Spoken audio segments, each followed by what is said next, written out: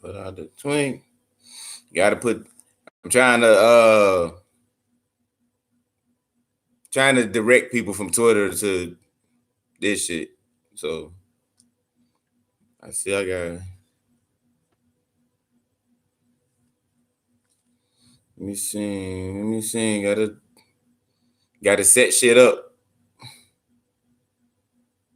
I'm not gonna excuse the camera quality. This looks like shit, but the camera quality don't matter. Long as you can hear my voice, long as I can come, as long as I'm coming through clearly, that's all that matters. So I suck at trying to send shit. I'm gonna try to post this shit to Twitter.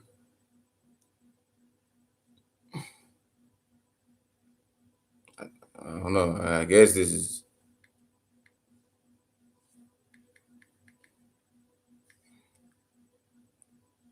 Try to send that shit. So, like I said, I'm directing everything from Twitter to here because I want y'all to be able to call in. Yeah, okay. People are starting to filter in. That's good. We ain't gonna talk about no negativity. Not too. We ain't gonna talk about too much negativity. I'm not a negative person. Contrary to some belief, I'm not a negative person. I like to just laugh and joke and play and shit. But I want to talk. I want to talk about Dwan Ellis. The transfer caused quite a stir.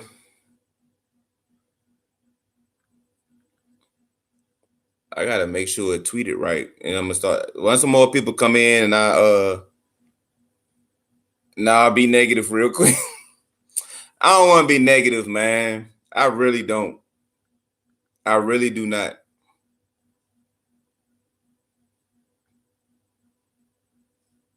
Damn. All the negativity. No, we're gonna keep it positive. We're gonna do some negativity. Yeah, we're just gonna do a little bit, just a little bit of negativity, just a little bit. How y'all doing, by the way? Nah, well, yeah. It's not negativity I want to get off my chest. I just want to explain shit because I got a lot of new followers and new listeners to my podcast. They don't really know how I get down. So they think I'm just this dude that just talks shit about the coaching staff all day and all night, when in actuality, I'm just the person that just talks about Virginia Tech all the time. So whatever's on my mind, I just say it. So if it's bad shit, it's bad. If it's good, it's good. I just say what's on my mind at all times. I'm always talking about Virginia Tech. So if it's bad, I'm gonna just always say bad shit. If it's good, like look at my basketball tweets compared to my football tweets. All I do is just talk good about the shit. So not a really negative person. I'm just always talking about the Hokies. Dude wants a link. I don't even. Let me see. I think Zach. My bad. I don't know. I'm not really that tech savvy for real. Sorry. I don't expect that many people to find it, so I gotta like say what's going on.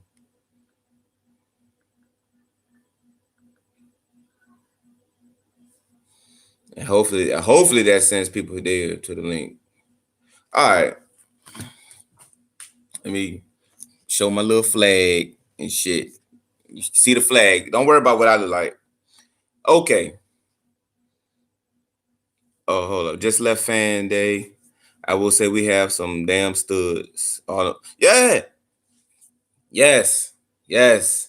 Thank you. Yes. We do have a nice team. There's some holes.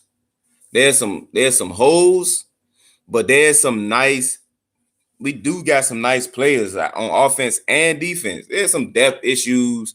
There's some other shit that we would love to have more depth in certain positions, defensive line, defensive back, running back, but we got dudes. I mean, everybody's looking at the schedule. They see uh 8, 9. Some people got 10 wins. So nobody think this team is some shit. But there's holes that would prevent us from winning, every game. I want to do some call-ins, but it's only like 8 people in here. Would y'all call in if I drop the number? Get my number out. You call me on some troll shit. I just block the number. I don't really do the goofy shit, but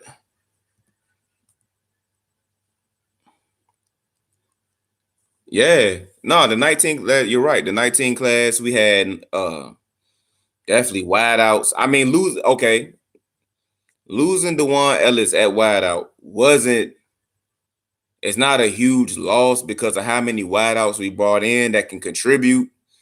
Payout Tavian Robinson, who clearly was beating out Dewan Ellis from what people was telling me. We it's not a loss. It's not like we needed bodies at wide receiver. That's our strongest unit on the team. What I'm always saying as far as the transfer portal or kids transferring or why kids are leaving is people say, oh, you don't want to compete or you soft or I look at it like this. I look at it differently than a lot of people. I look at it like you got 4 or 5 years to play. You got 4 or 5 years to play football, college football. Most of these dudes want to play in the NFL one day. So they look at their clock as 4 or 5 years to put together enough great tape so the NFL wants to take them on, shit like that. Everybody wants to play in the league. So it's some players that's willing to put up with all kinds of shit if they know on the other end of that, the NFL is going to come knocking. So when I say it's a culture or this and that, I'm pretty sure. Matter of fact, I know Virginia Tech is not the only university, Power 5 school with a culture problem. I know that. Like where there's a disconnect between coaches and players. We're not the only Power 5 team that deals with this. The difference between Virginia Tech and, like I said, Alabama or even the Clemson or Ohio State is there may be a disconnect between players and coaches. They don't get along and all that shit. But if you go to Ohio State, you go to Clemson, you go to Bama, you go to Georgia, at the end of the day, you do your 3, 4, 5 years, the NFL is going to call you. If you go to Virginia Tech and you are having a shitty time, why would you stay and you're not sure the NFL is going to call you? That's the difference. So when I say it's on the coaches, it's on the fucking coaches. Yeah, you didn't want to compete. It's a lot of kids sitting at the back of the depth chart in Bama, just sitting there, not going no fucking where because they know, okay, I'm still going to win national championships. I'm still going to play in big ass games. I'm still going to get a charger. I'm still having fun. I'm still big man on campus. Yes, that's culture. Yes, there's a reason. Like if soon as you lose a job, it's fuck this, I'm leaving. That means you didn't want to be there. Yes, having all these transfers isn't fucking normal. This isn't a millennial thing. It is every fucking millennial that's on Virginia Tech roster. There's a million millennials on Alabama's roster, Clemson's roster, fucking Maryland's roster, all this shit. The entire country, every team is full of millennials. Every team. So this isn't a millennial thing. This is a Virginia Tech thing. We have all these transfers. It's not a fucking coincidence. And they were bad kids. It was Trayvon Hill. He was some shit. He was a piece of shit. And Eric Kuma was a piece of shit. And all everybody just shits on the players. Mind you, this is supposed to be home. We're supposed to be family. Well, you don't give up on family. Well, and where I'm from, you don't give up on your family. But it seems like when a kid decides, I think I want to play somewhere else, it's fuck you. You're not my family no more. Get the fuck out. We're better off without you. How? So we're sending, and then people tell me that the recruits read the tweets.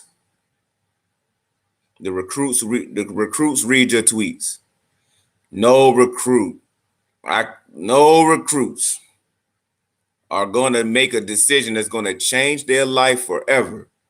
It's reading my fucking timeline and making decisions based off that. Yes, DeJuan Ellis was not. He's the first Fuente. Remember? I'm glad you brought that up because that was another thing. All the Frank Beamer people, even though was Josh Jackson Beamer or Fuente? I don't even remember. He might have been Beamer too. But like I was saying,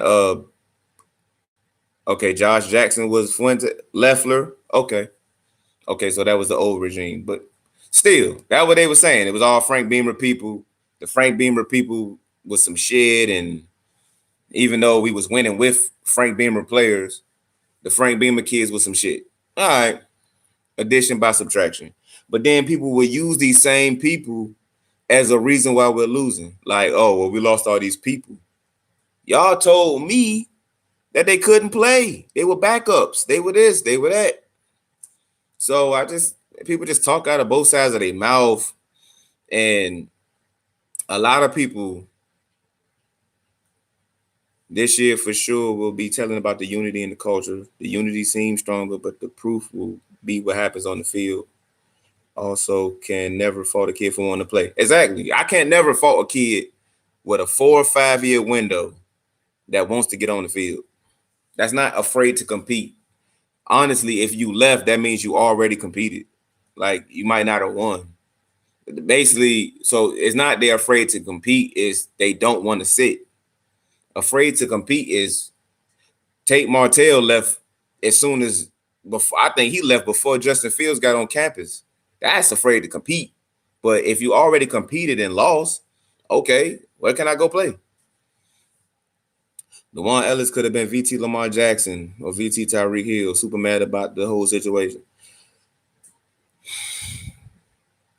And it's crazy because in the spring, I mean, people were saying, oh my God, DeJuan Ellis, he going to be such a threat, a playmaker here. He's going to make plays. And then as soon as the news broke, people just turned on him like that. He was never good. He was never going to play. He's a fucking third stringer. Who cares? That's crazy. But they'll say, I'm negative. But how am I negative? But people will shit on a kid. Like, that's not negative. Oh, because he don't wear the uniform no more. It's positive because you spending it in the you spending it where it's a good thing for the university. But let me tell y'all something, because I know how Twitter works and I know how this fan base works. Some people in this fan base works. If the offense starts to struggle,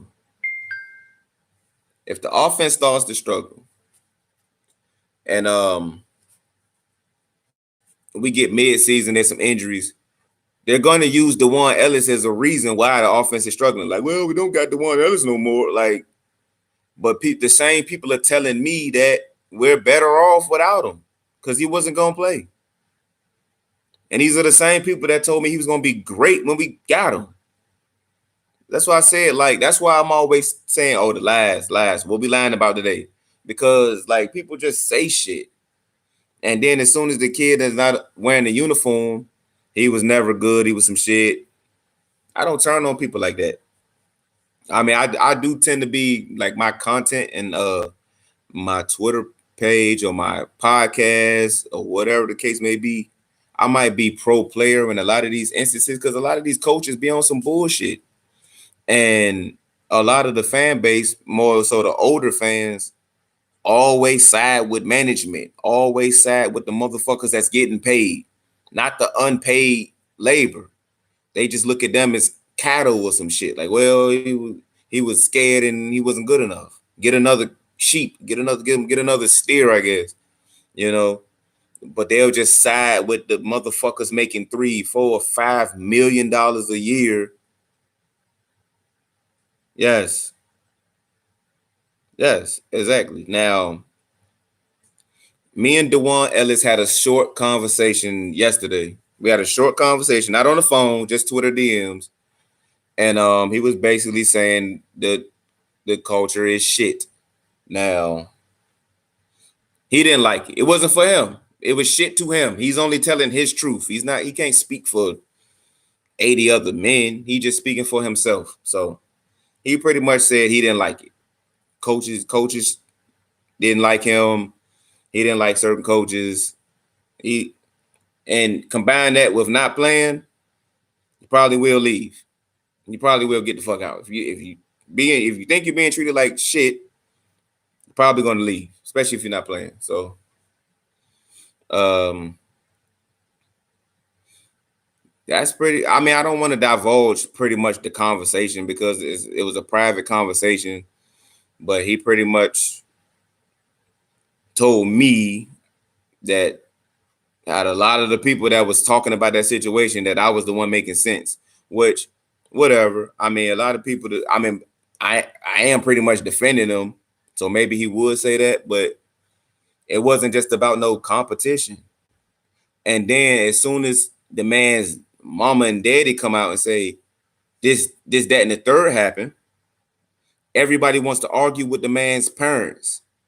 Like, how does that even work? Like, how do you argue with somebody? Like, how do you tell somebody? How do you tell somebody why they son transferred? Like, who are these people? You know how much entitlement it takes. You know how fucked up in the head you got to be to tell somebody why they son transferred from a school, and you not even in the locker room. You trying to tell this man's mama why he transferred. Like she don't know what the fuck going on. Think about that. They're trying to tell this man daddy why his son isn't no longer going to Virginia Tech. They trying to explain to him why his son transferred. Like he don't got the fucking scoop. Like he ain't in the loop. This shit is crazy. Saying, oh, your son just ain't want to compete. How the fuck you know that?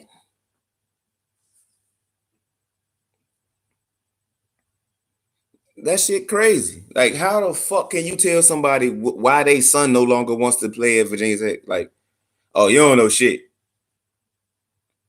because she had a dig about Tavian's 40 time. Well, yeah, yeah, she did. She did say he ran a 4.8 or whatever. But I just don't understand how can you tell somebody, even like right, wrong, and different. Somebody, people are always gonna defend their kids, always. But if these people are saying coaches did this, coaches did that, and people like, yeah, but fuck that. That's what they saying. That's pretty much what the fan base is saying. These people, this man's family is telling the situation, and fans are basically telling them, nah, but fuck that. This is why. This is the real reason. Like, okay. It's crazy. But let me see. Let me drop. That is my phone number. If you want to call in and chime in, feel free. Just call in, give a couple comments, whatever. It don't got to be about Dewan Ellis. It can be about the upcoming season. It can be about hey, just call in, just get it off your chest. You can say I'm tripping. You can say I don't know shit. All of that. You can talk shit about me. You can talk shit about oh, you don't know shit. You ain't never knew shit. Or you know, whatever. But I mainly did this today because I'm trying to move everything over here and off the Periscope. I wanted to keep it on Periscope, but you can't Periscope from a laptop. And like I said, I want to have the laptop so you could call in and give your opinions. Cause like I said, I do this shit for y'all. I don't do this shit for me. I don't get paid to do this shit. I get paid to do my podcast, but I don't get paid to do this. So I say, I so I try to give a platform. People tell me I have a platform. So I try to give voice to the voiceless, I guess. To the people that don't get to speak, to the people that don't get to say much, to the people that don't get to vocalize how they really feel. Because Twitter, you can't always take tweets seriously. People trolling, people capping, people lying. I get up there, get the joking and shit. People don't know when I'm being serious. People don't know when I'm joking around. People don't know when I'm trolling. Apparently, you and BC didn't get the message. Um, but yeah. But as far as the upcoming season, it's gonna be a 9-10 win season. I'll be in Blacksburg September the 7th. ODU game. If y'all want to meet me, I'll be there. I'm hella approachable. You know what I look like. So ODU game, slide through. Like I said in the last stream, do not approach me talking about buying beer. I do not drink. Do not buy me beers. Do not say, I'll buy you a beer, bro. No. No. No, no. Chicken, a turkey club, yes.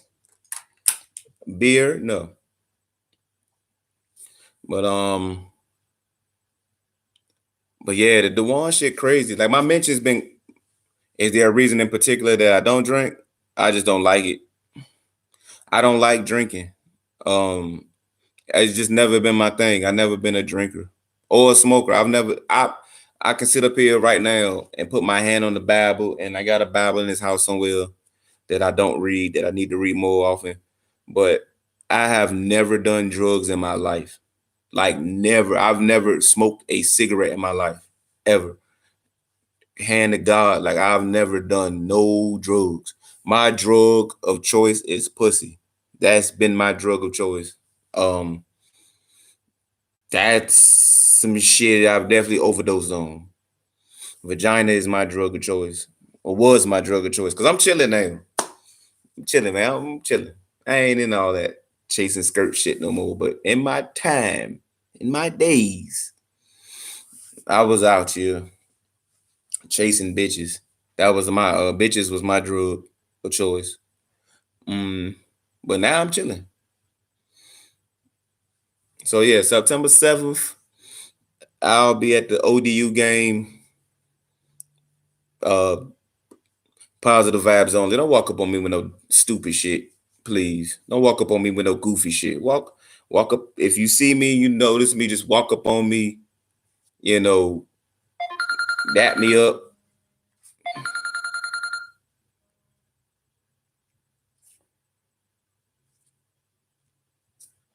Yes, sir. What up? What's happening? Is this still a live stream? I'm still on live stream. Well, I had to call in. Yeah. People, yeah, and I'm not calling out anybody specifically. I know I said Ben. He seems like a good guy. Just wanted to see, he seemed like a smart dude, so I wanted to see if he would do it. But it's not you, man. Just anybody who's watching. You're all cowards. Call on the show. You guys talk big on Twitter. Big bad boys on Twitter, but when it comes to actually talking to people, real stuff, y'all cowards. Be a man or a woman. I don't think it's them. I don't think it's nobody in here though, because like I don't think it's nobody in here though. As far as the people that talk shit to me and won't call in, I guess. Well, I know, but see, I know who you are, where you calling from. This Ricky. This my boy Ricky. Yeah, this is Ricky. But tell the people where you calling from. I'm calling from Chicago, Illinois. Chicago, Illinois. The Hokies. a Hokies fan in Chicago, Illinois. Our brand it goes bigger than just the state of Virginia. Our brand is way bigger than the state of Virginia. There's apparently a whole little Virginia Tech group that I don't know about that I just found out about. Like at the end of last year, they get together and they watch the games somewhere in the city. So maybe I'll stop by there this year. So we're growing, man. We everywhere. We everywhere. But yeah, I wanted to just say that I'm really sad about the Juan Ellis because I really thought he would be like a Tyreek Hill, possible Lamar Jackson type player. So I'm just sad about it because I really like that kid as a player. I don't know him as a person, but as a player, I got really excited. What did you think about the whole everything that's happened over the weekend? Do you think he a bitch? You think he? You saw my tweet. You pretty much personally attacked him. That's how I felt. I felt personally attacked. I said, well, I wasn't talking about him specifically. All I was saying was that I think I said something about if the program's fucked up, that's one thing. But if you're getting beat out by competition, you're soft. And I did say that. I don't know the situation. I wasn't really talking about him, but it did come up. And it, from what I saw, I don't know, what is the dude's name?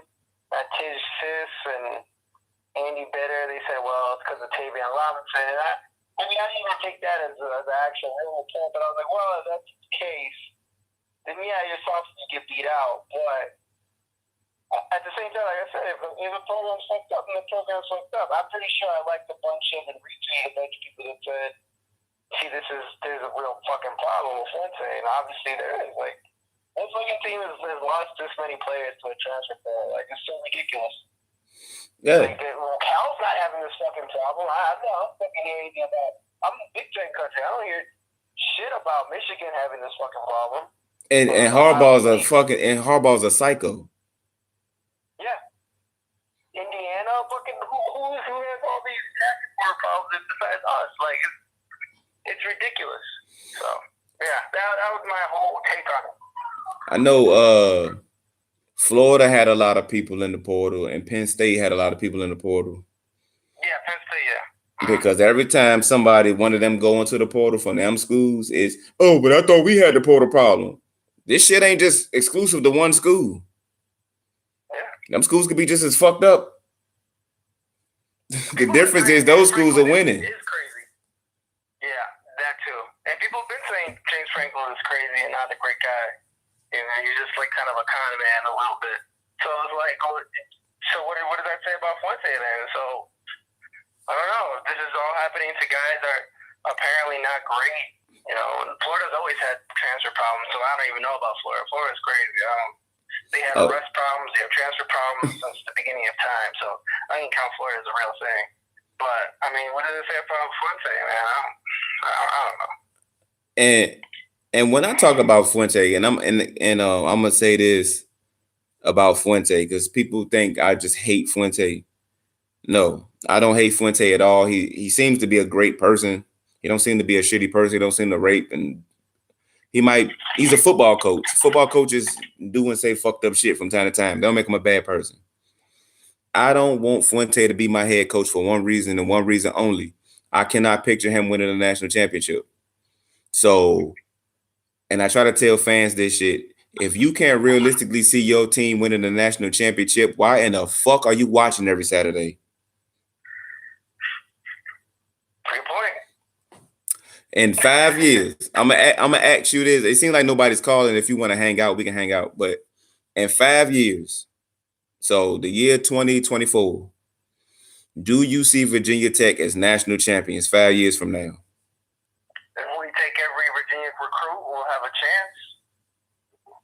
That's the only way. I don't know if Fuente could do it. It doesn't seem like it. I don't sound like he has put in any roots down in Virginia. I mean, They don't have any roots in Virginia. That's the only way. That's honestly the only way. So I have no idea. But at the pace we're going, it definitely does not seem like that.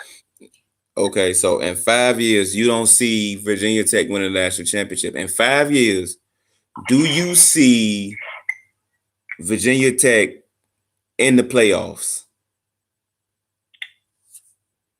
Like I said, it's about that recruiting Virginia, and I don't see us going in that direction right now for whatever reason. We're just not taking the best players.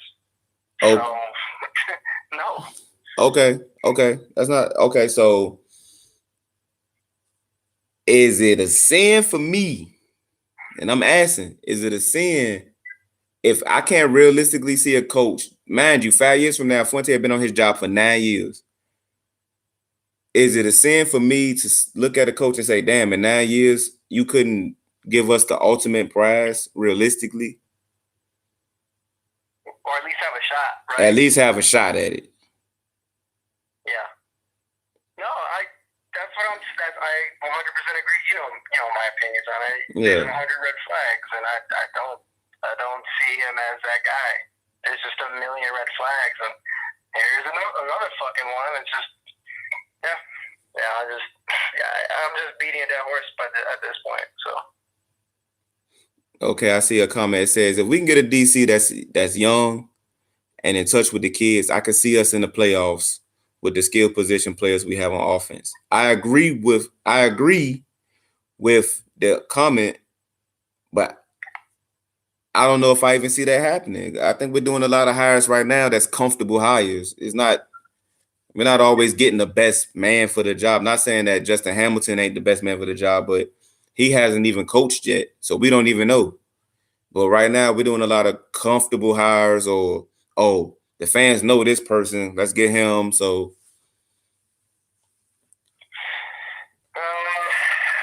I would love for us to see just hire a bunch of guys that have deep roots in Virginia and recruiting, and just get the players.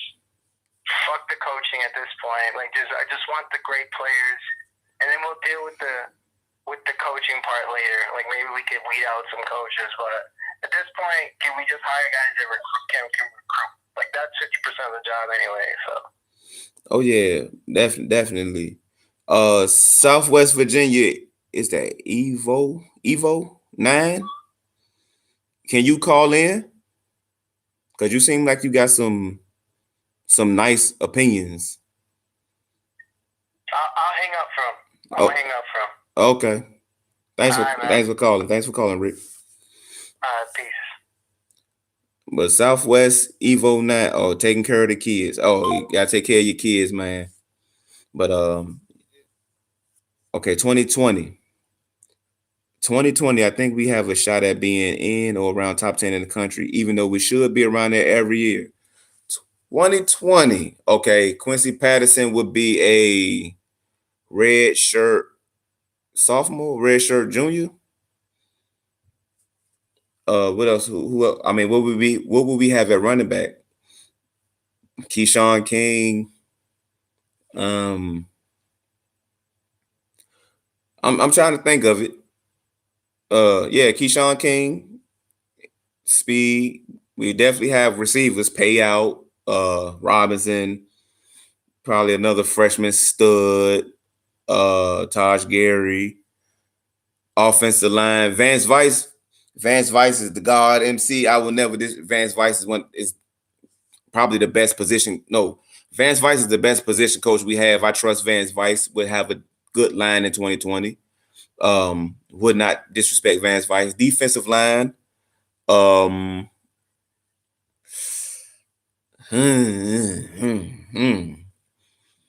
This is where I always lose it. Defensive line. I don't know if we would be stacked enough. Dax would be a junior. Linebackers would be juniors, red shirt sophomores, red shirt juniors. It'll be one of the best linebacking groups in the country. DBs.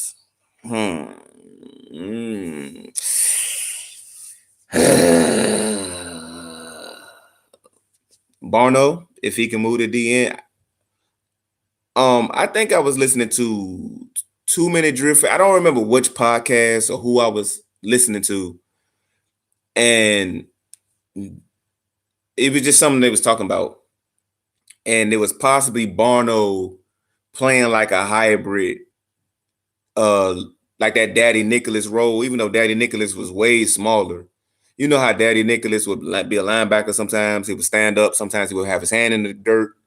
He would kind of rush. Sometimes he would cover. Sometimes, and I was just trying to vision Barno in that same role, kind of like Snowden from UVA. How he's like big as shit, but like he can cover, swat passes, rush the passes, shit like that. Um, so yeah, if Barno could be something like if he gets bigger, he was kind of like on the slim side, but if he can get a little ass up under him, I could see that. I could see Barno being like a player for us. Norrell Pollard, yeah, definitely Pollard could be a player. Quincy King, good receivers. DL will have at least some experience. This is, but see, a defensive line with just some experience, a defensive line, that's what it. That's what a game is won at. In college football, honestly, if you control the trenches, like NFL is about the quarterback. NFL football, if you got a better quarterback and great coaching, you can skip a lot of shit. You can skip a lot of bullshit.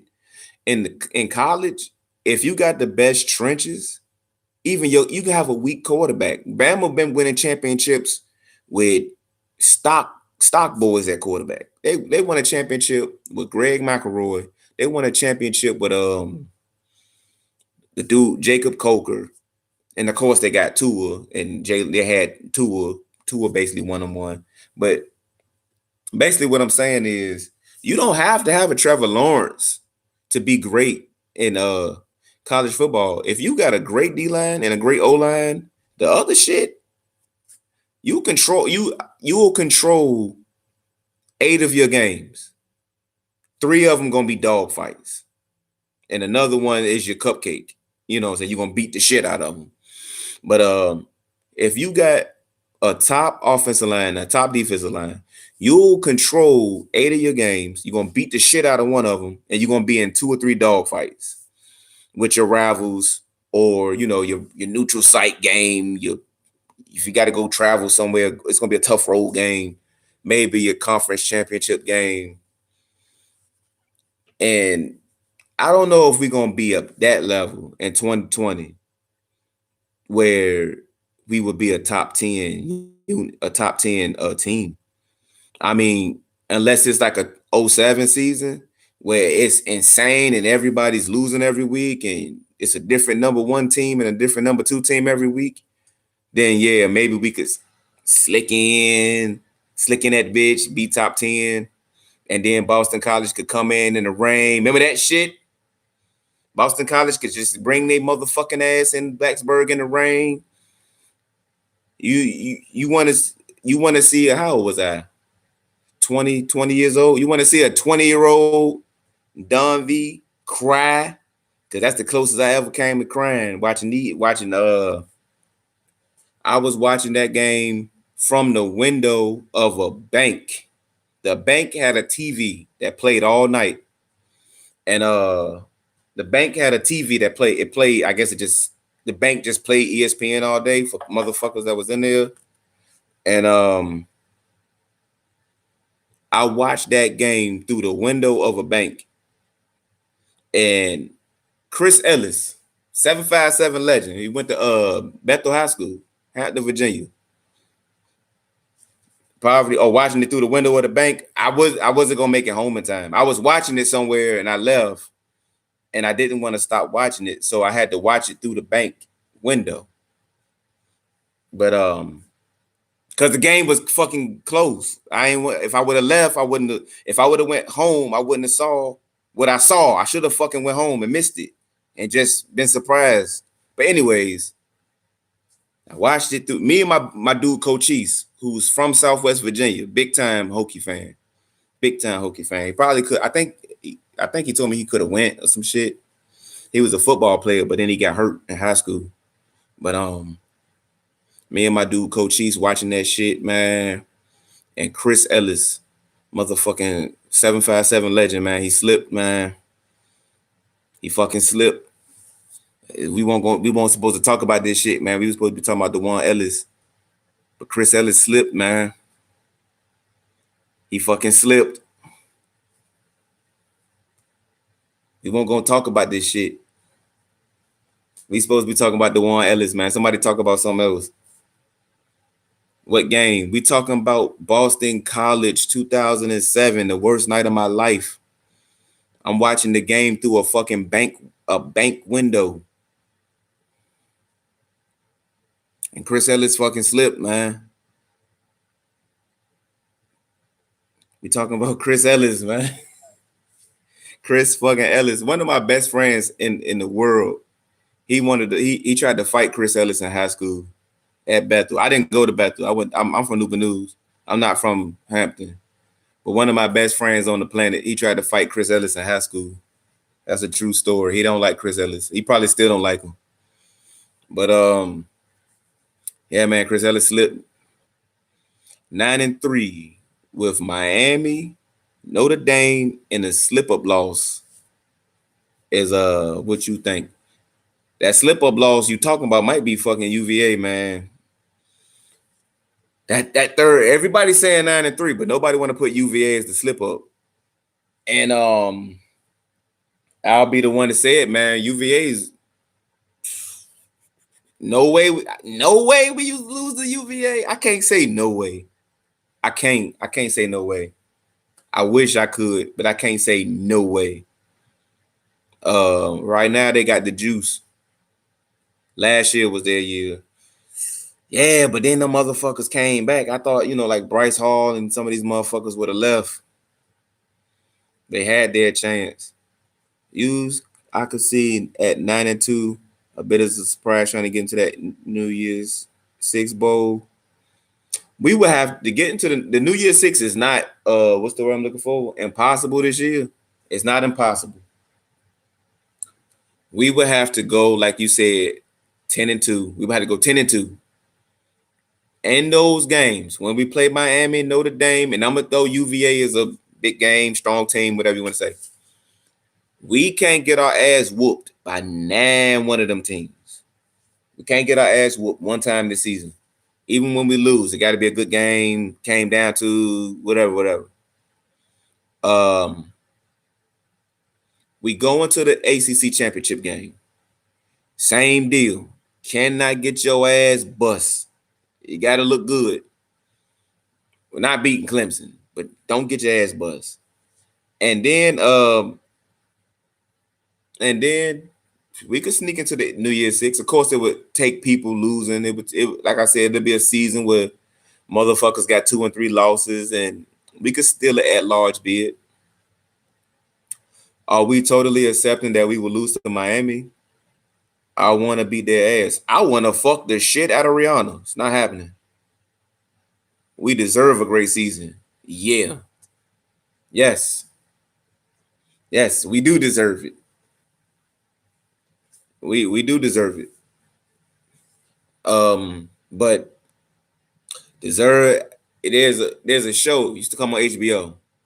It's called The Wire. It's one of the best shows that ever. But the philosopher Snoop Pearson once said, "Deserve got nothing to do with it."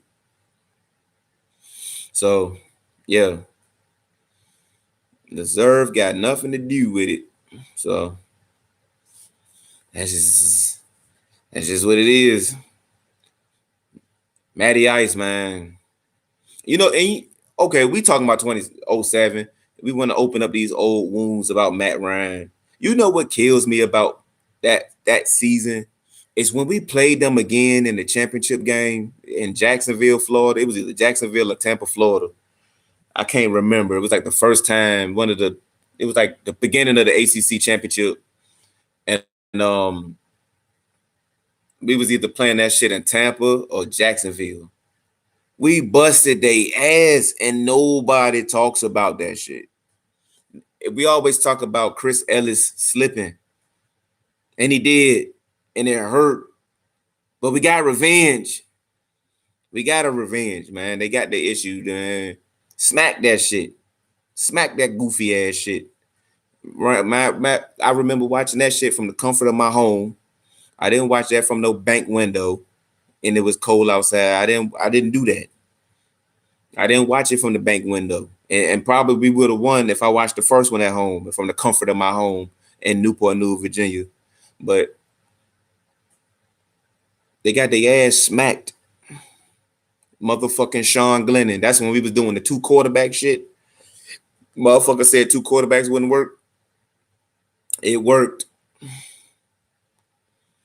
It's because we were going to play in the national championship if Matt Ryan didn't decide to go to 4 years, BC 4 years earlier. We weren't a national championship level team. LSU had proved that. Like, listen, I was a young man. That's when Virginia Tech, Frank Beamer, Bud Foster, they couldn't do no wrong. This was the greatest team in America. The fuck all off season. Now, mind you, I'm not YouTubing. There's no Twitter, none of that. So I can't express my opinions to the internet because I didn't have nothing, no shit. I was 20 years old and I hadn't discovered how to YouTube and shit yet. But if I had a YouTube or a Twitter, y'all would have thought I was a fucking dick sucking homer. Y'all would be like, "Oh, this nigga ain't real. He think they gonna win every game. He think they gonna fucking beat everybody by 50 points." That was a young man. I thought we couldn't lose to nobody. Fuck LSU. I said, we're not losing to fucking LSU. People was trying to tell me, y'all are gonna get y'all ass busted. I said, there's no way. I said, we got Macho fucking Harris. We ain't losing no fucking LSU. You crazy? And people kept saying, no, my friends, people that know why I watch college football, people kept telling me, dog, LSU was gonna fuck y'all up. And I said, ain't no fucking way. There's no fucking way. We got Eddie Roy. They don't. This shit is in the bag. Was Vince all on that team? I think they both was gone. I think X and Vince was gone by then. Now, I mean, I get the years all conflicted because I'm retarded. But I think X and they were Vince and X was on the 017. Well, shit, why we didn't win? Damn. I thought they was gone. But yeah, I know Chris Ellis was on that fucking team because he slipped. But anyways, that offseason, I couldn't be told nothing. It couldn't tell me shit. And then we played ECU first game. And it was an emotional game because we had that thing with the fuck nigga that did all that shooting. And it was an emotional game and was honoring and all that. Okay, so we kind of played a shitty game against ECU. Shout out to Chris Johnson. And I still was it was a fucked up day, Like nobody wanted to. Am I getting called? It's an 804 number. Yeah, yes, sir. What's happening? Who am I talking to? Where you calling from? I see 804. It's Ben from Virginia. Benny, what's happening? How you doing, man? I'm living. First time calling, long time listening. First time broadcaster. Yeah, that's right. Look, man, you and I several times have talked about are we ever going to bring back dogs from the 757 to play on Virginia Tech football? I get the feeling that with Fuente in the corner office, that day is past us. It's not coming back. How do you feel? Yeah, no, I agree. I don't even think Fuente wants them type of kids. I completely agree with you. I'm kind of picturing something like, people that I remember, I was at Tech from 99 to 04. I remember people talking about how Beamer kind of turned his eye to people that would act up or people that had like a killer instinct. But I mean, them guys that played for us that had the killer instinct were the ones that were taking us to big time bowl games. They were losing to Kansas at the same time, but they were also taking us to big time games and taking us to big time wins. Fuente doesn't strike me as the type of guy to bring them guys into the program. No, I fully agree. I think the last of that ilk was one Trayvon Hill. He was like the embodiment of, That's exactly right. for lack of a better term, he was a 757 nigga to the core. Like he was 100%. Like he was like the embodiment of somebody from Norfolk, Virginia, and we saw how that ended. Like Trayvon Hill would have fit in perfect with those old, like those 2000s to maybe earlier this decade teams, but it's a different day. It's a different day. It is different. Part of me is I'm actually pretty sad for that kind of day because I was looking for we beat some big time teams, when I was at school, and we had a good time doing it, and we looked good doing it, and I just get the sense that we're not gonna do that again. I think we'll probably still beat big time teams, but it's not going to be in the style that we're used to, which is okay. As long as we get the win, that's all right. But, wins is wins, but it's gonna be we schemed them, we out schemed them, but we ain't gonna out hit, out thug, out bully, none of that shit.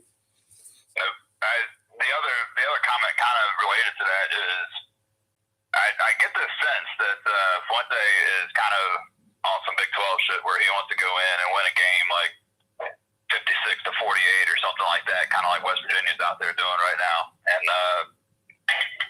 it's going to drive fans away. I'm afraid to say. Oh yeah, because we're Virginians. Most everybody in here, most of us are Virginians. Ricky's a Chicagoan, so even Chicago people, like we're blue collar people. We don't mind. We do the dirty work. We don't, so we like seeing, and I say this all the time. Every logo, every school has an identity. Even if the identity is losing, our identity has always been defense. It's always been lunch pail. We've never been. That's the brand. Just like I tell people, no matter what the hell Texas Tech is doing, 5 receivers are going to be on the field. No matter who's the coach, no matter who's the quarterback, no matter what's going on, who's in the stands, 5 receivers. That's Texas Tech. That's their brand. Air raid. Miami always gonna have tight ends. Always gonna. Everybody got their shit, and ours is supposed to be a stud crop of running backs, at least 2, and DBs laying wood, flying around, smacking shit. That's our brand, but it's going away. It's going away. I was talking to, I don't know if y'all follow this man or not, Taliban's 44, JT. I was talking to him on the phone. I was talking to him today on the phone. And what I was telling him, because he's not from Virginia, he's from the state of Alabama. He's not from Virginia like us. And I was telling him that I live in DC now, and Georgetown University is going through the same thing, or we're going through the same thing Georgetown University is going through, where Georgetown University was built on Allen Iverson, Lonzo Mourning, Patrick Ewing. Like, I don't know about Patrick Ewing. I don't know where he's from. I think he's Jamaican or something, but he was getting motherfuckers like Allen Iverson, like another embodiment of a 757 nigga. But now they can't get public school kids like that. Georgetown wants a certain image and a certain way they want to go about doing things. So as a head coach, they're trying to wipe out John Thompson or something like that. They're trying to wipe out all that crazy shit. But that crazy shit is what made them Georgetown. Like, it was built on them type of players. That program was built on that. But they want to get away from them public school type kids. They want to get Catholic school type kids. I'll be like, okay, you can do that, but you're not gonna be Georgetown no more. You're not gonna sell out the Verizon Center. Yeah, so you're not gonna sell out the Verizon Center. If you're comfortable with being a mid-major school, getting your ass kicked by Villanova, cool. But you're not gonna be Georgetown no more. And Virginia Tech, I look at it going through the same thing where, all right, they don't want to have the Trayvon Hills, the Mook Reynolds, these type of players, which you need. Let's be realistic. You need players like this to win. At the biggest level, you can win 6, 7, 8 games. I'm talking about biggest level. You need fucking psychos who don't give a shit about nothing but just eating the person that's lined up in front of them. If Fuente think he can do it with different kids, God bless him. But I think he want to do it with different guys. He's gonna have some guys out there that are gonna be emotional and are gonna put the team on their back to just drag them through the win, whether they want to get it or not, and are gonna take it personally, like kind of like what you hear. You know, I wasn't in the locker room with Trayvon Hill, but you can kind of get a sense for what happened. Like, oh yeah, oh he's a fucking psycho. He's a. That's fine. That's good. That's something that you need on your team. You need an element. Back in the day, man, like in the days of the Vietnam War, they had this thing called madman theory, and you had to convince your opponent that you were crazy enough to do something absolutely fucked up, so it would keep them on their toes, and they wouldn't try nothing fake. And you need to have somebody like that on your team the same way. That's going to keep everybody else in check and make them wonder if they should really, kind of get that extra grab when they're in the pile. Yeah, and you need at least 3 of them, and you need at least 2 coaches on staff that can keep them sane. Like when they start to go crazy, you still need somebody that can relate to them, that can reel them in. Listen, Trayvon, sit the fuck down. You was wild. You bugging right now. That's probably what we're missing, man. That's probably what we're missing. I would like to have, Trayvon back on the team, and just like you said, somebody that could direct his energy. Yeah, I think that's what I know that's what we're missing is a player on that. Right now we don't have a coach on staff. Or maybe we do. Maybe Justin Hamilton, a Pearson Prelude. We get people coming back, people starting to come back. So let me not say we don't.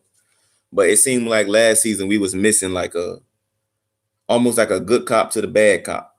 Because Fuente's gonna play bad cop. He ain't about to suck nobody dick. And he ain't about to beg nobody to go to practice. He ain't about to beg nobody to go to class. Listen, if you not on program, get the fuck out. That's Fuente. What he needs is somebody that can relate to these kids, that can play good cop. Listen, you are bugging right now. Fuck if the head coach don't like you. This is what we need to do. This is what me and you need to do so you can go to the NFL. I agree. That's exactly what we need. It said, it hurts. This is a comment. It hurts to say, but Trayvon was the biggest hit to the defense last season. Oh, yeah, you lose your pass rush, your defense is dead. I don't give a fuck how many DBs you got, how many linebackers you got. You lose your pass rush. Hope Jack Tyler sticks around after Foster leaves. Me too.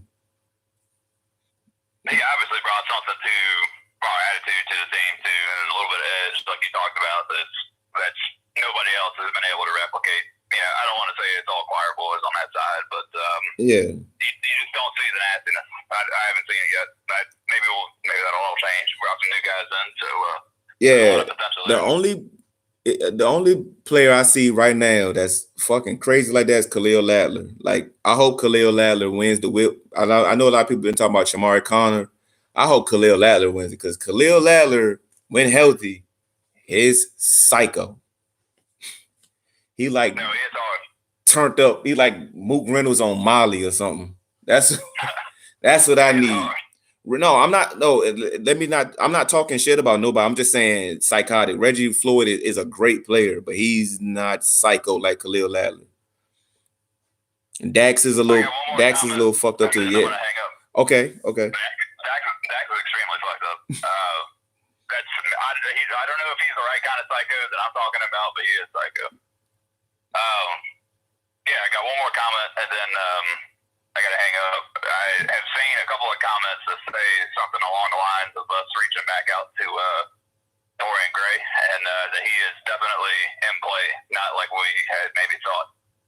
Okay. I wanted to hear your thoughts on that, if you heard the same thing, or if what you thought about that. Thanks for having me on. Appreciate it, man. Okay, thank you for calling. And as far as Dorian Gray, I haven't heard nothing as far as they reached out or anything. Somebody I was talking earlier and it was like, it's not impossible that if they offer him, I mean, Bud's making what, 900 something thousand a year. If they was to offer Dorian Gray that kind of money to be the defensive coordinator, and like an assistant coach, it's hard to turn down that kind of money. I mean, this is home. But Fuente, I don't think he this kind of dude. he will also have to like get on his knees and beg. I don't know if he in that type of business. It's not just about money with T Ray. I would assume. Uh, I also think a pound of flesh would be required. They would pay 1 million for T Ray. I mean, yeah, it ain't like you paying it to Bud anymore. TSL said his name is in the mix. It's weird. Mook's sophomore year, he was a monster. Junior year, he wasn't quite as sharp. That is so true. Because Mook's sophomore year, remember that Tennessee game when we played Tennessee? Mook was fucking everywhere. Mook was every goddamn where. You would still take Mook over Ladler? Maybe you might be right. You might be right. Mook, maybe my last version of Mook I remember was junior year Mook. And sophomore Mook Reynolds was a fucking monster. That motherfucker was everywhere. But Ladler, Florida State game Ladler just sticks out. Like I'm sitting here, like honestly, I might even put the tweet out during last year's Florida State game, like, oh, we might not need Mook Reynolds game. But we needed him. We definitely needed Mook. But yeah, Khalil Ladler was, I mean, I don't know what kind of drugs he was on that night, what was in his earbuds that night, but that man was a madman from opening kickoff. Ladler was making plays when Mook was playing. So what's that say about? Oh, hey, I want Ladler to win the job. People say Chamari Connor's, bigger, so he would be better on the like first down, second down type shit, run downs. Ladler come in on third down, passing downs, passing situations. Man, I don't care how they do it. I want Ladler on the field. I want Khalil Ladler on the field. We need, like right now, I want all the psychos playing. We need a psycho package with all the fucked up people. I like how Connor looks against tight end blocks. Yeah. I'm not high on Connor, solid hitter.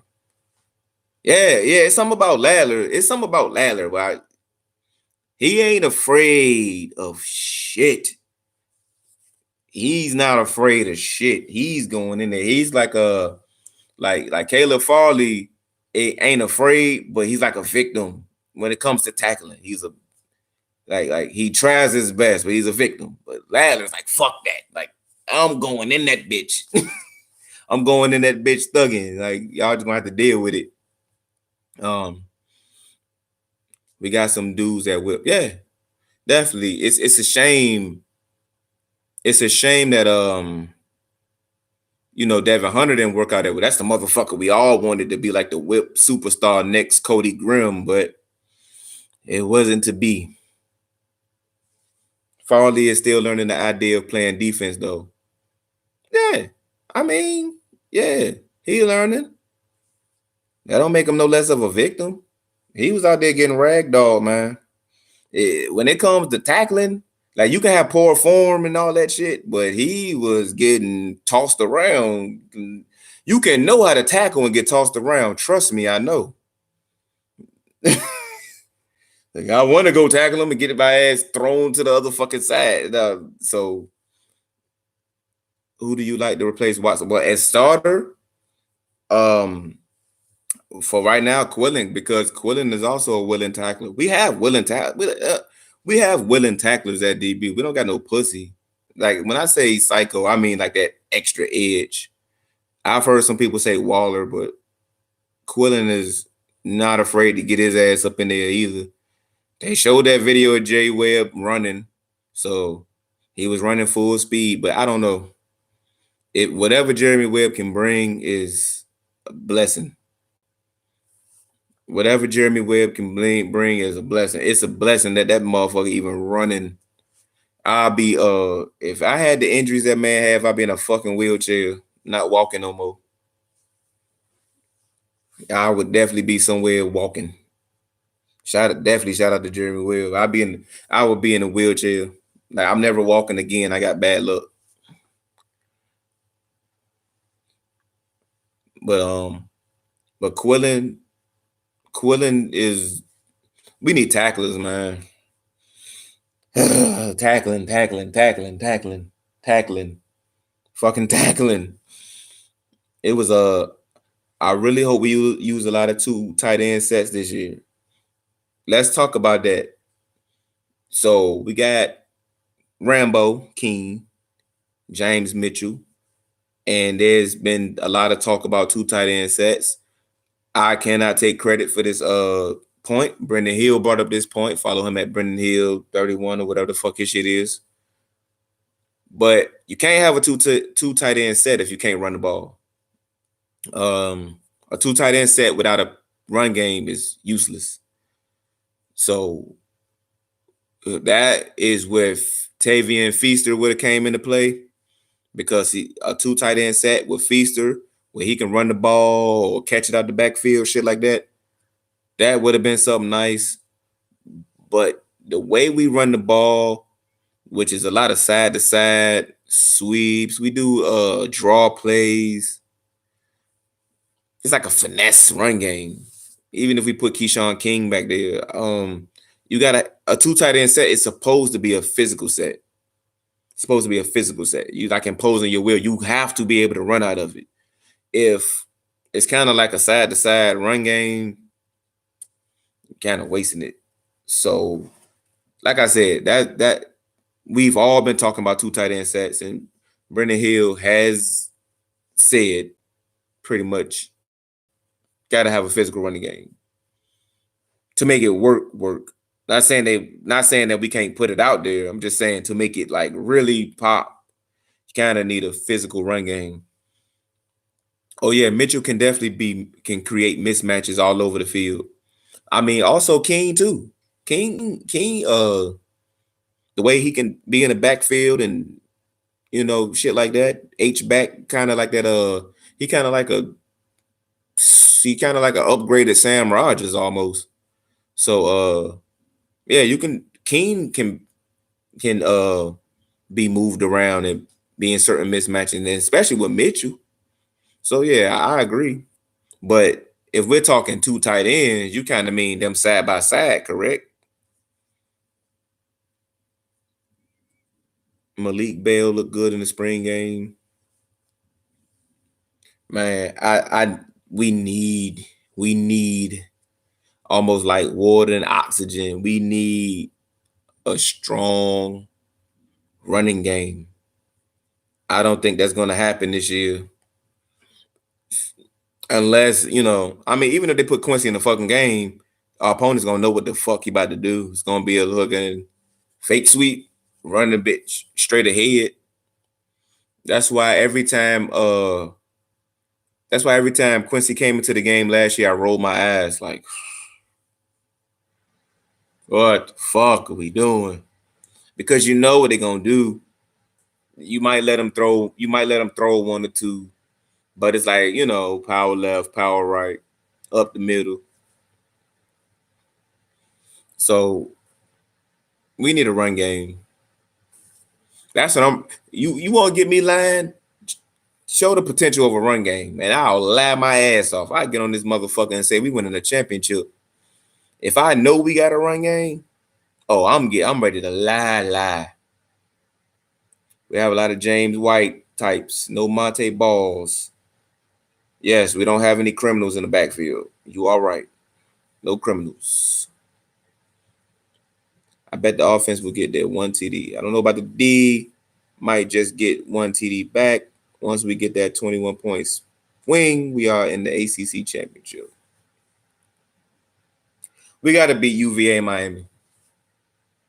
We need to beat UVA and Miami. I'm ready to, if we lose to Notre Dame, it don't mean nothing. It's not in the conference, even though I know what you meant. I just wanted to turn it into a joke. But we need to beat UVA and Miami. I don't want to fuck it. Like, we lose to Notre Dame, whatever. I don't hate Notre Dame. I don't hate Notre Dame. They pimp the ACC. The ACC is Notre Dame's sad bitch, where they get to let their kids sleep over at the house. We get to watch their kids, a la their basketball team and they fucking lacrosse team We get to raise their kids while meanwhile they get to remain independent. They don't want to put it on paper. We just get to be a fucking bride. We get to be Notre Dame's bridesmaid and fucking look after their kids and take care of their fucking lacrosse team and take care of their fucking basketball team and take care of their fucking rowing team or whatever else. They get to be in the ACC part time and step out on us and go to the playoffs without needing us. Uh, Fuck John Swafford or whoever allowed them to do this whole ass shit. Fuck Notre Dame. I don't hate them on the football level. I just hate that the ACC was stupid enough to let Notre Dame pimp us, pimp the conference. But my mama always tell me don't hate the player, hate the game. Notre Dame, you did your thing. Hey, if you got it, you got it. Oh yeah, I got my Sugar Bowl shirt on. Remember the one we lost when we got fucking robbed in? Remember that? Y'all want to talk about some motherfucking pain and suffering? Danny motherfucking Cole. God damn, it's hard rooting for this logo.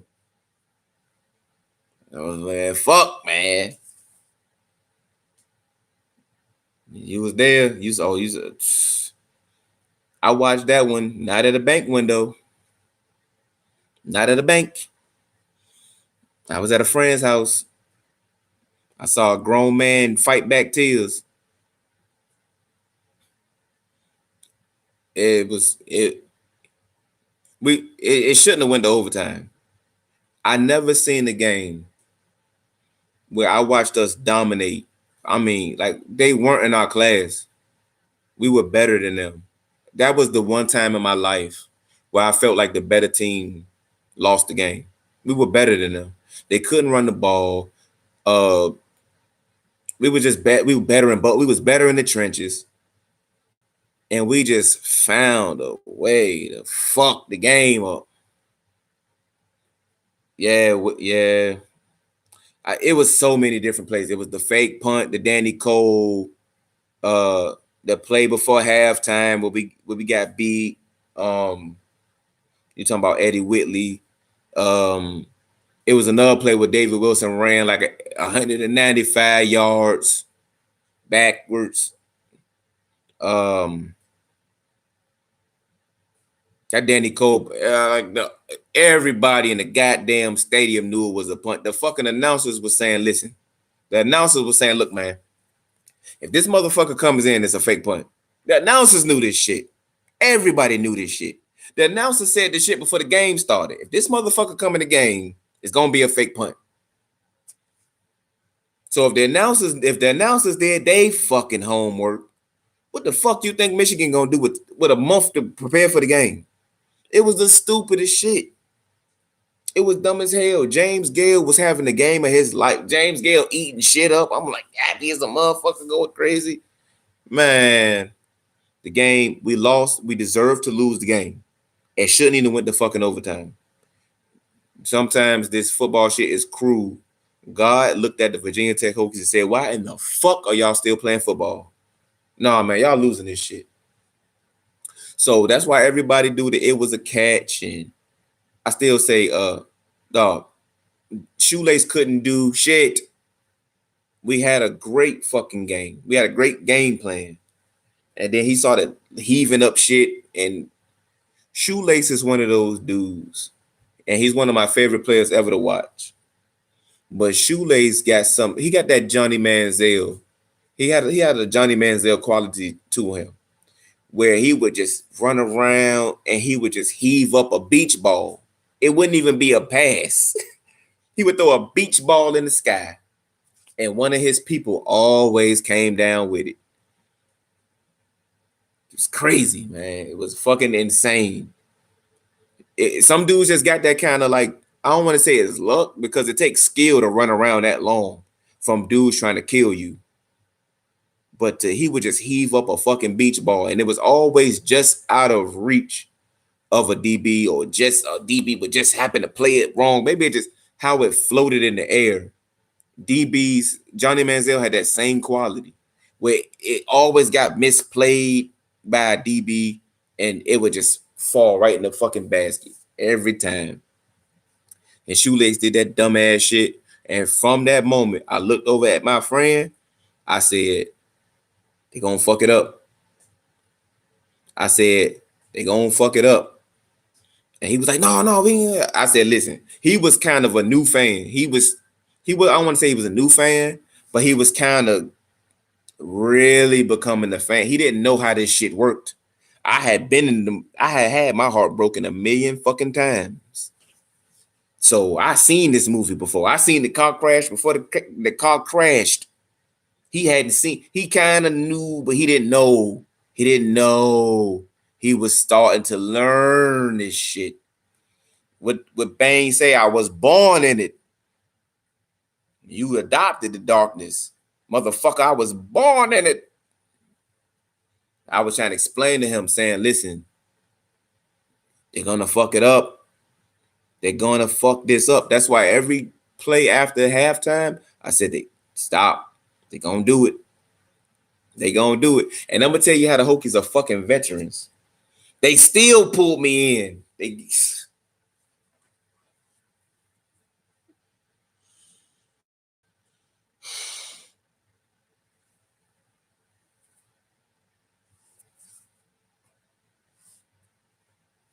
They still pulled me in, man.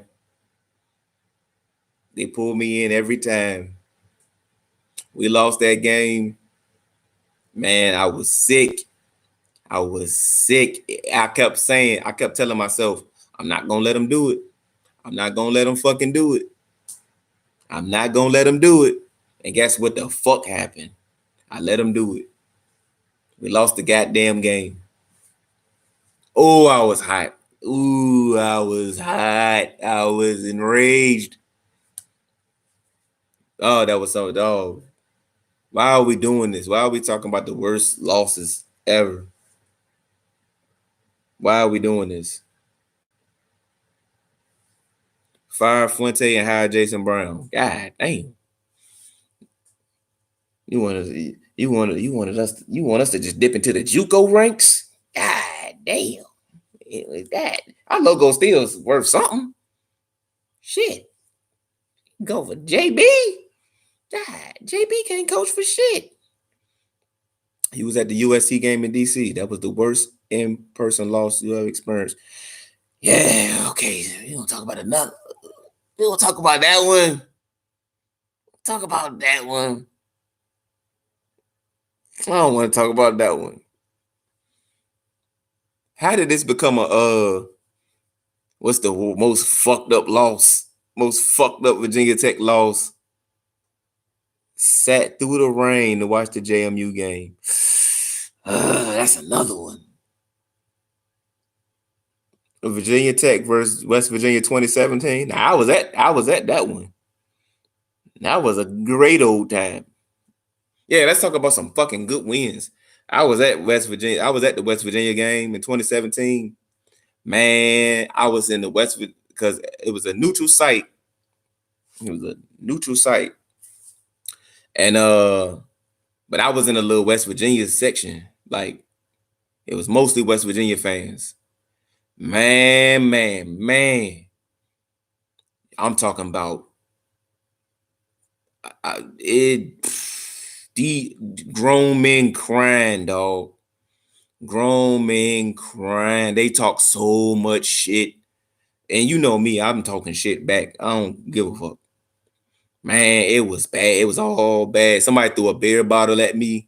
Mind you, at FedEx Field, they sell the little, it wasn't a glass bottle.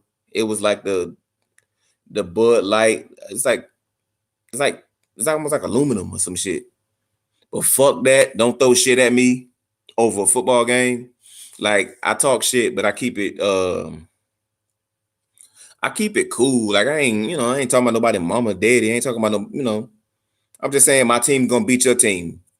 What the fuck is that?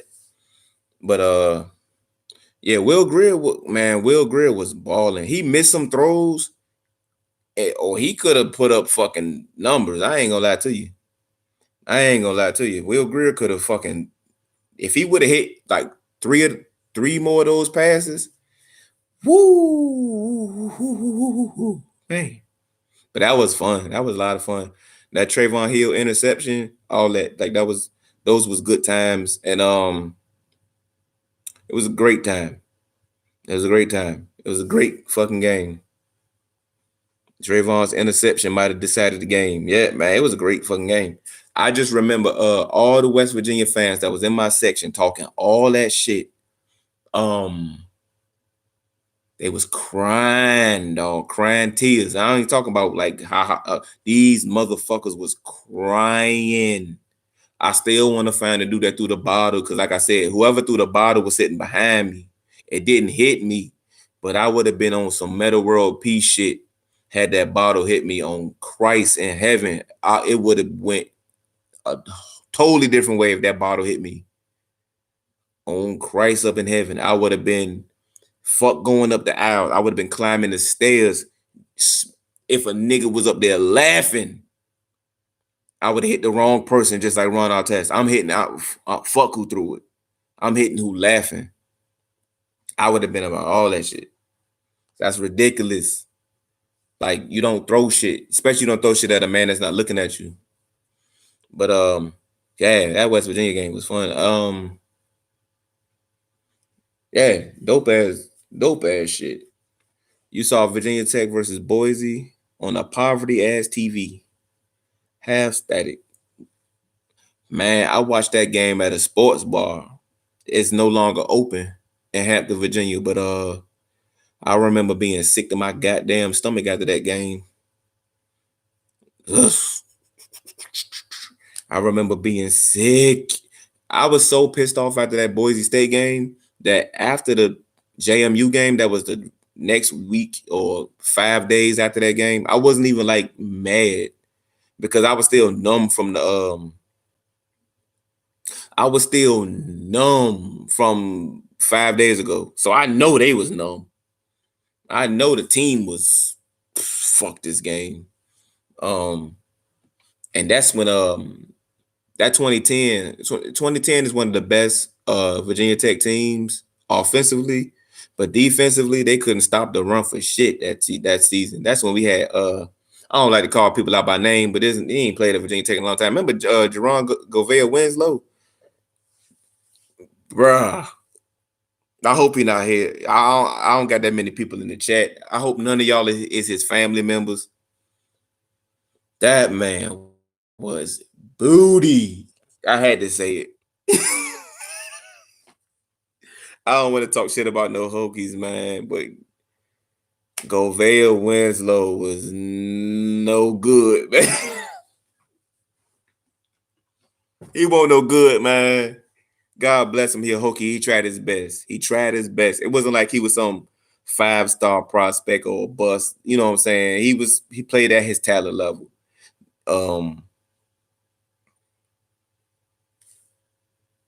The 20s, the 07 game, 07 Virginia Tech Clemson game. Yeah, Eddie Roll, motherfucking Macho Hurst. Yeah, I miss that team. I miss that team so bad.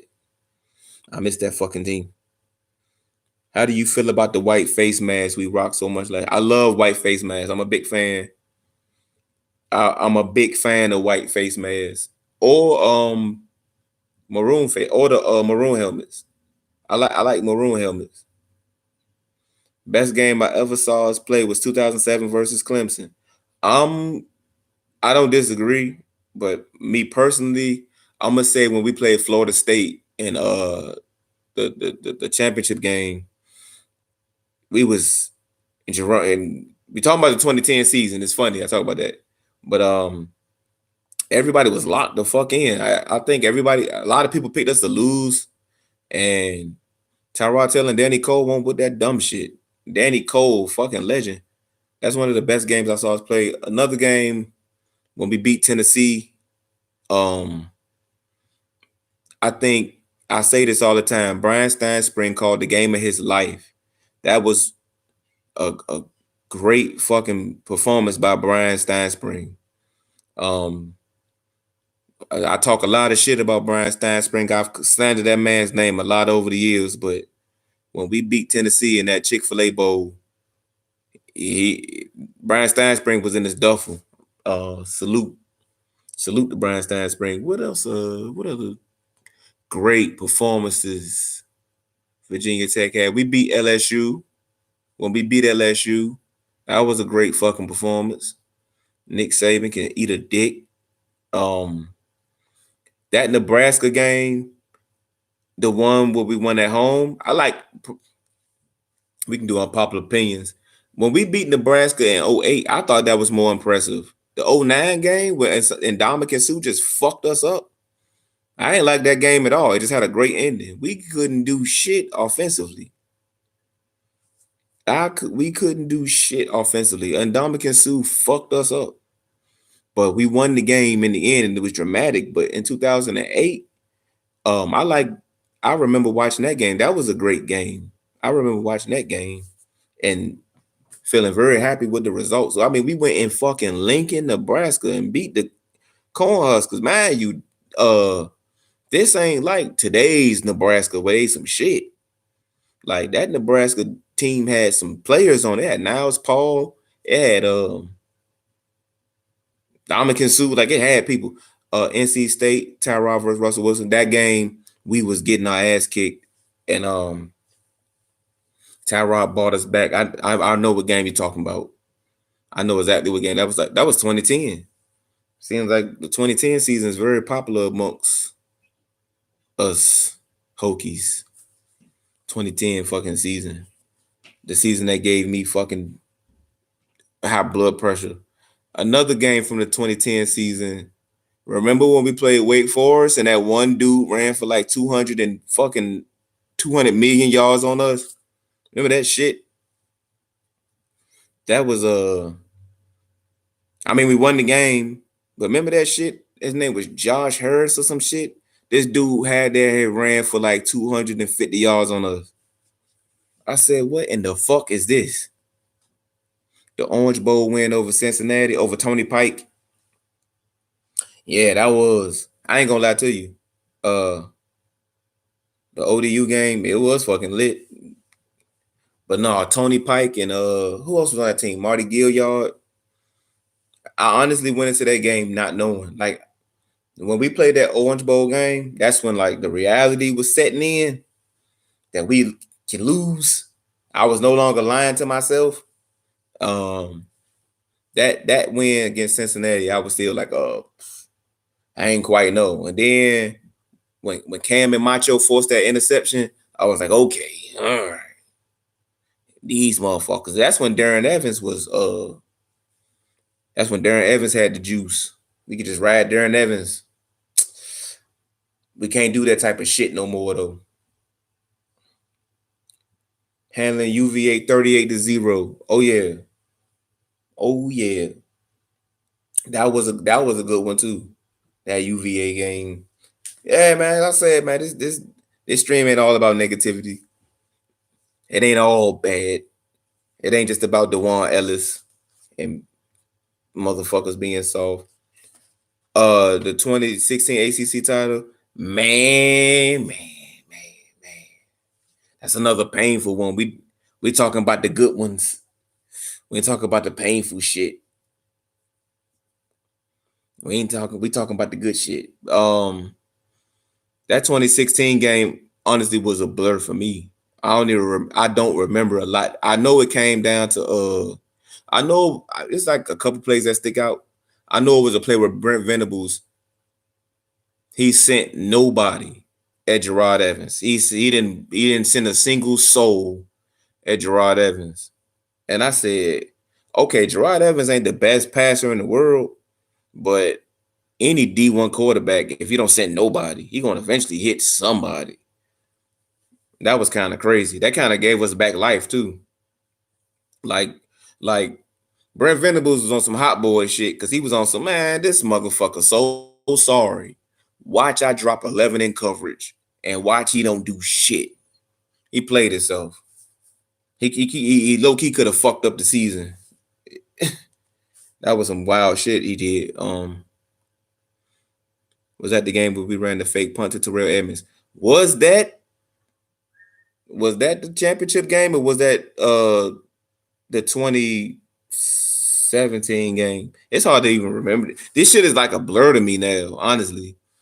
Was that was the championship game? Oh yeah.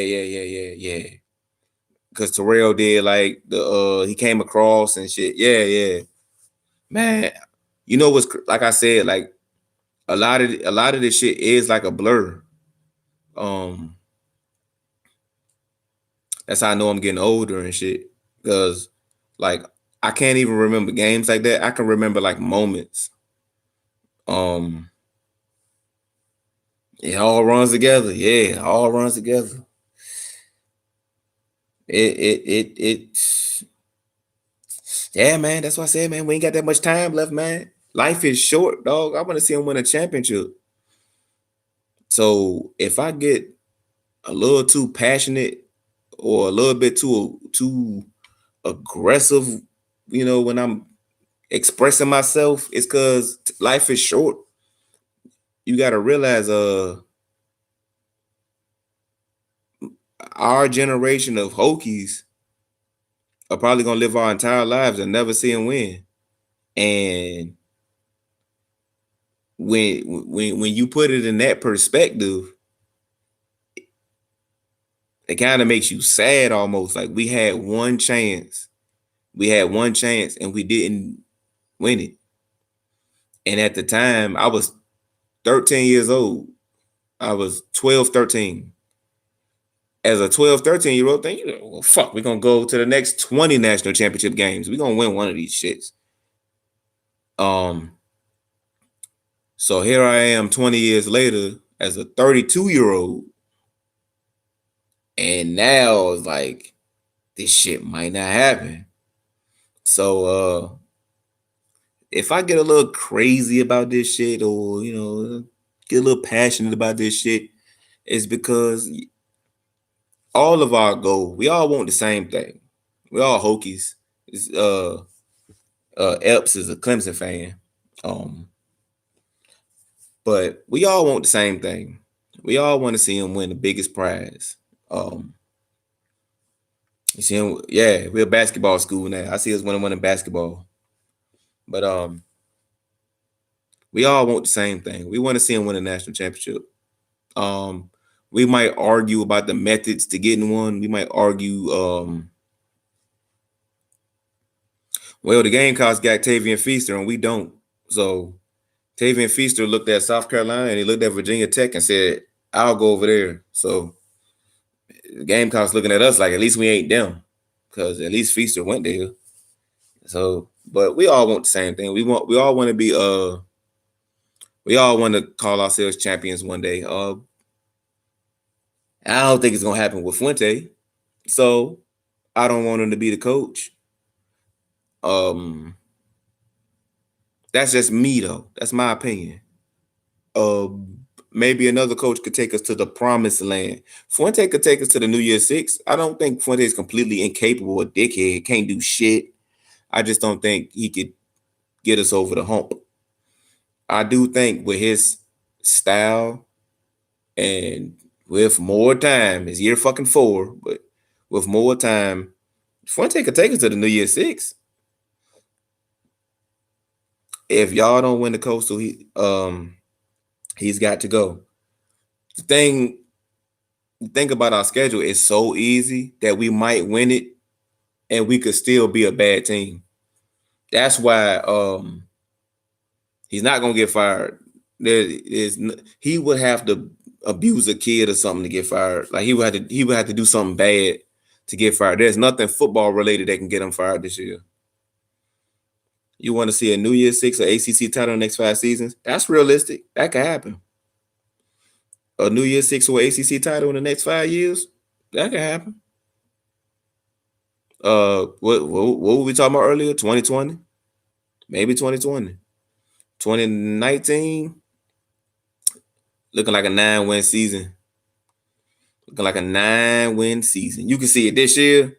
Nah.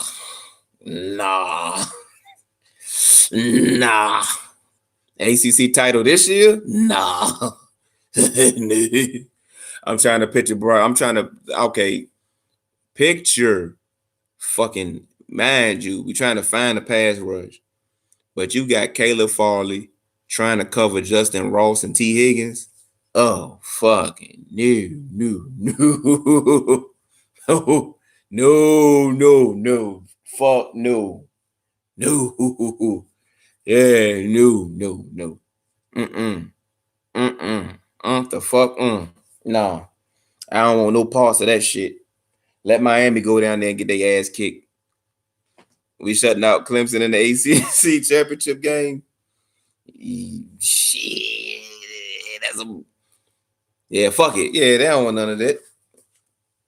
They don't want none of it. None of it. They can't stop us. They can't stop Ryan Willis. Nah, dog. No, 2019. No, whoever the coastal champion is gonna get their ass thoroughly bust against Clemson. Trust and believe that shit. Miami too. Whoever wins it gonna get their ass thoroughly kicked. Let's hope fucking Pitt goes again. Let Pitt go. Let's send Pitt to the fucking slaughter. Ryan Willis for Heisman. Well, as of right now, he technically ain't won the job yet. Technically. Ryan Willis is technically not the starter. But Ryan Willis for Heisman. We know Ryan Willis is the starter, but technically, he not the starter yet. Would you Ryan Willis? Ryan, give me Ryan Willis. God bless Josh Jackson. He got the waiver, and he can play at Maryland this year because it's not that he got a waiver, he's a graduate. I'm gonna actually go to some Maryland games and watch Josh Jackson because he seemed like a nice dude. He seemed like a good dude, good kid.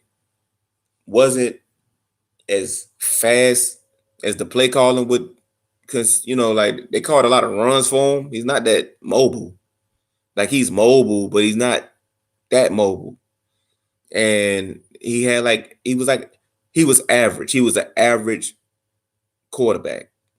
He was just straight down, just average.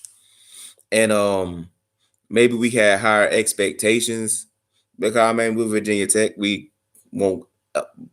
We're the university that had Michael Vick, Tyrod Taylor, like this Gerard Evans, like crazy plays. So to see Josh Jackson, who is just straight average across the board, it kind of like got people like, yo, get him the fuck out of here. But yeah, mobile QBU almost. But I'll support him. I don't dislike him or nothing. I know why where we at in recruiting. Look down in the fucking 80s or 90s. We can't recruit worth for shit. No, seriously, we like in the 70s. I'm not joking. Look in the fucking like 70s. But yeah, Josh Jackson's cool. Cool dude. I got no hate for him. If I go down to I live maybe 30 minutes, College Park, Maryland. It's like DC area. All that shit is DC. So I slide to College Park and watch Josh Jackson play. If he's named starter, I ain't going here and get a fucking backup. Biggest trap game this season, the game I'm going to. ODU. OD fucking U. They might fucking do it again. But no, in reality, I don't know. What's the game before Miami? I can look at the schedule right now. The game before Miami is Duke on Friday night. That Friday night game at Duke. Not at Duke, but the Friday night game versus Duke. I think we honoring the 99 team. We honoring some fucking body. Or we honoring Bud Foster, somebody. It's if any game is the trap game, is the Duke game. It's Bud Foster night. Okay, I knew somebody was getting honored. Okay, so yeah, so I don't know what we're gonna do against Boston College. I think we're gonna beat ODU. We should beat Furman. I pray we beat Furman. And then it's Duke. It's Friday night. Whether it might be Bud Foster night, it might be 99 team night. One of them shits is one of those is somebody's getting honored that Friday night. Furman and Stack this year. Furman and Stack this year. I think Duke is the trap game. It's right before the Miami game. Um, Everybody's aching to get their hands on Trayvon Hill. I think the fans can't wait to get their hands on Trayvon Hill. Uh, Everybody gonna be focused on Miami, and I think the Duke game, is gonna be it's gonna be some bullshit, man. Whether we win or lose it, the Duke game is gonna be fucking dumb. Every time Christian Darrisaw versus Trevon Hill, that's gonna be a hell of a matchup. Christian Darrisaw versus Trevon Hill gonna be a hell of a matchup. That's gonna be something worth watching. That's gonna be must see TV. That's gonna definitely be must see TV.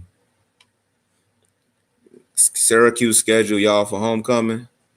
Syracuse damn near beat y'all last year. Chase fucking no, let me not get it credit to Chase Bryce. Fucking Travis Etienne decided to be Superman and shit, save the fucking season. He wanted to save the fucking season.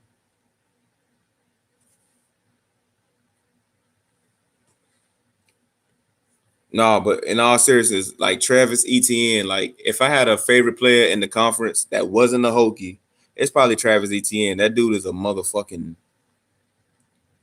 He's like, I remember Tavian Feaster. He was like 28, like CJ Spiller and all that. But they need to put 28 on fucking Etienne because he got that Spiller like quality.